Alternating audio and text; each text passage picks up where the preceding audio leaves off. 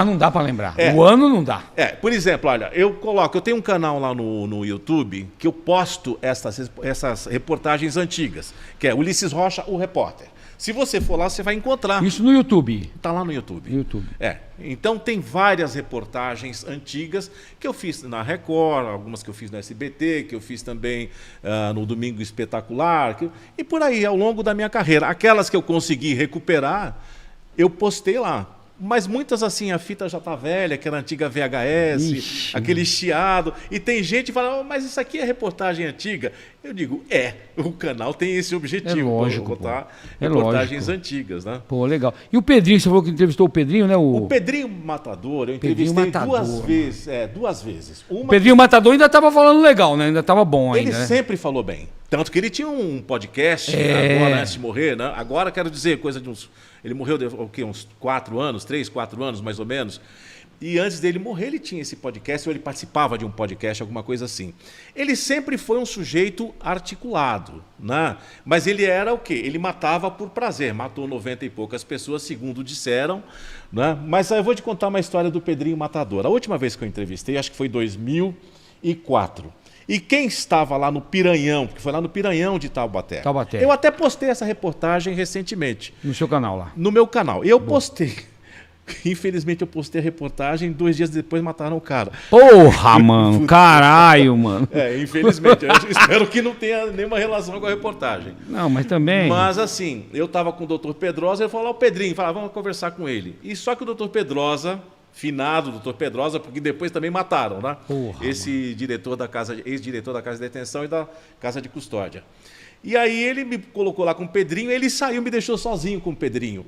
E eu juro que eu fiquei com um cagaço, caralho, cara. Mano. Quem não ficaria, porra? Eu fiquei com um cagaço, mas assim, ele me tratou super bem, foi... Mas ele tava algemado? Ou tava...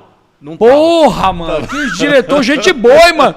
Caralho, fica aí, mano, que eu vou ali e já volto. Eu acho que eles tinham certa confiança no cara, mas ele ficava sozinho no pátio. Um pátio enorme. E ele sozinho. Ele sozinho. Ele tirava o banho de sol dele sozinho. Sozinho, porque se pusessem ele com alguém, ele matava. Caralho, mano. Exatamente. Porra, então, e você lá com ele? Pois mas tinha os guardas que estavam de olho, mas tudo bem, se ele me desse uma porrada... Ele era grandão? Ele era muito forte. Ele era um cara malhado, porque assim, ele fazia exercícios na cadeia. Na cadeia, não é? Então, mas ele confessou que matou mesmo tudo aquilo ali? Ele falava. Então, se você olhar lá, você fala. Você tem a entrevista dele lá. Né? E ele falou várias vezes que mata por prazer. E ele falou, inclusive, porque naquela época também o maníaco do parque estava...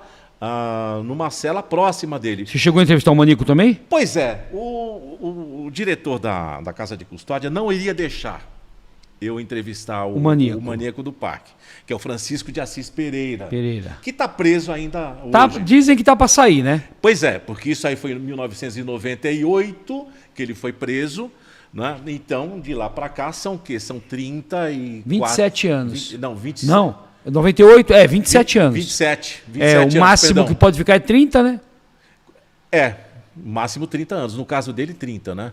Mas assim, aí ele não iria deixar, mas aí eu fui dando aquela adulada nele, né? Eu sou um profissional, assim, né? Que dirige isso aqui com mão de ferro. Ele foi se estufando, coitado, que Deus o tenha.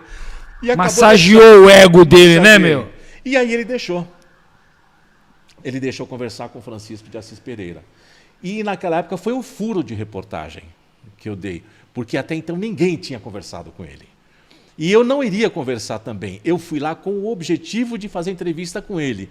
E o diretor não iria deixar. Mas aí, com aquela conversa mole, né? Aquele jogo de cintura... Aquela malemolência. E aí ele deixou. E foi muito legal, porque foi um furo. Um furo, pô. Nem a emissora com um gênero de maior audiência, né, na época tinha feito.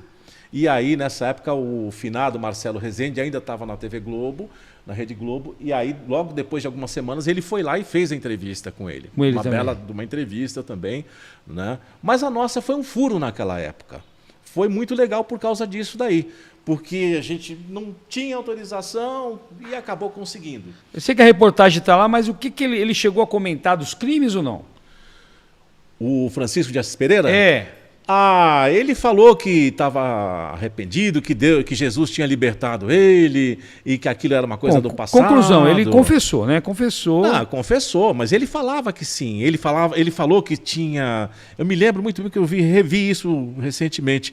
E aí ele falou que tinha, como é que chama? Uma vontade de comer carne humana, porque ele matava as meninas, ele se fingia, ele dizia que era um fotógrafo, que ia levar. Isso, é. Né? E aí ele fazia de tudo, né? Toda espécie de atrocidade que ele fez com as moças que foram mortas por ele, né? Que foram várias. E ele confessou, mas ele confessava e se dizia perdoado, que Jesus já tinha colocado o amor no coração dele, e por aí vai, né? O que é muito comum, que muitas pessoas que quando estão no sistema penitenciário acabam realmente se convertendo.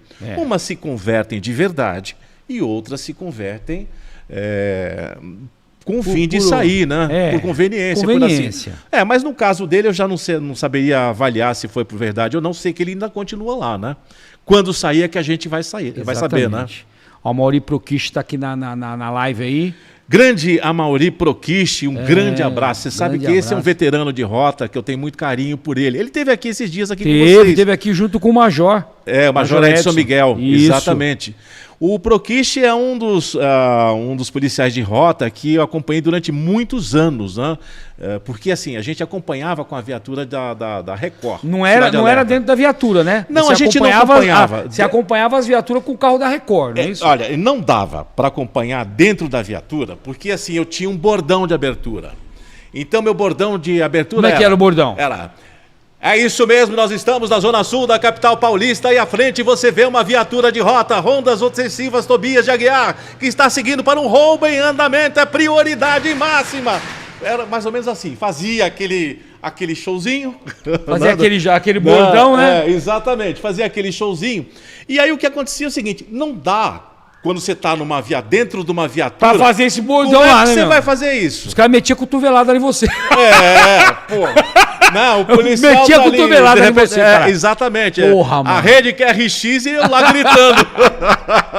O povo fala, o que tá acontecendo aí, ô sargento? Porra, mano. Não, sério, né? Foi uma pergunta que teve aqui da Priscila Teixeira, mandou um superchat. Foi boa noite, Danilo, Sargento Castro e doutor Ulisses. Como era na época da Cidade Alerta acompanhar a rota? Está lado a lado. Ela tinha feito essa pergunta, por isso que eu entrei nessa questão, entendeu? E você acompanhava ali, já ia com a viatura sua da reportagem, Record, já exato. metendo o bordão, né? E Pinote atrás, né? O motorista o motorista do carro da reportagem era escolhido, bom, era um piloto escolhido nosso. Né? Tinha que ser bom, né, mano? Tinha que ser bom.